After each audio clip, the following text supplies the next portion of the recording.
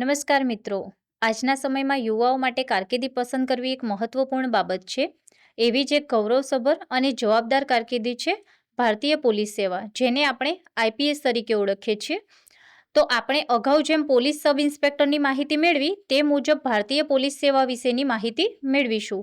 આપણને માહિતી આપવા માટે અમારી સાથે જોડાયેલા છે નિકીબેન. તો આપને વિનંતી કે આપ ભારતીય પોલીસ સેવા વિશે માહિતી આપશો. નમસ્કાર. જેમ અગાઉ મેં તમને પોલીસ સબ ઇન્સ્પેક્ટરની માહિતી આપી તે પ્રમાણે અત્યારે ભારતીય પોલીસ સેવા એટલે કે આઈપીએસ વિશે માહિતી આપીશ. નિકીબેન, તો જણાવશો કે ભારતીય પોલીસ સેવા એટલે શું? ભારતીય પોલીસ સેવા એટલે દેશની આંતરિક સુરક્ષા અને કાયદા વ્યવસ્થા સંભાળવાની ઉચ્ચતમ પોલીસ સેવા. આ સેવામાં કામ કરતા અધિકારીઓને ભારતીય પોલીસ સેવા અધિકારી કહેવામાં આવે છે. નિકીબેન, જણાવશો કે ભારતીય પોલીસ સેવા શું કામ કરે છે? ભારતીય પોલીસ સેવા અધિકારીઓનું મુખ્ય કામ કાયદો અને વ્યવસ્થા જાળવવી, ગુનાઓ અટકાવવું અને તપાસ કરવી, જનતાની સુરક્ષા કરવી, દંગા, આતંકવાદ, કુદરતી આપત્તિ સમયે વ્યવસ્થા સંભાળવી, પોલીસ વિભાગનું નેતૃત્વ કરવું. બરાબર છે. તો આઈપીએસ બનવા માટે જરૂરી વ્યક્તિગત ગુણો કેવા હોવા જોઈએ?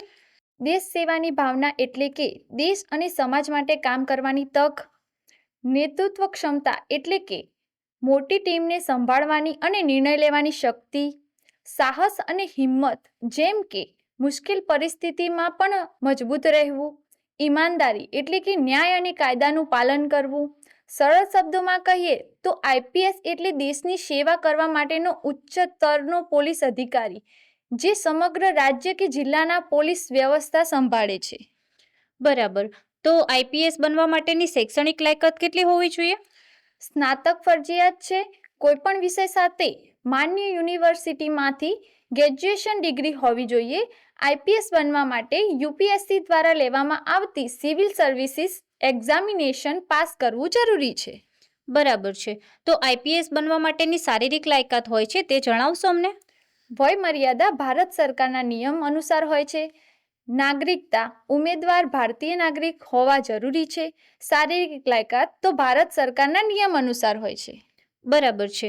તો આઈપીએસ બનવાની પ્રક્રિયા શું હોય છે તે વિશે સમજાવશો? હા, આઈપીએસ બનવા માટેની પ્રથમ પ્રક્રિયા વિશે વાત કરીએ તો યુપીએસસી સિવિલ સર્વિસીસ એક્ઝામ પરીક્ષા પાસ કરવી જરૂરી છે.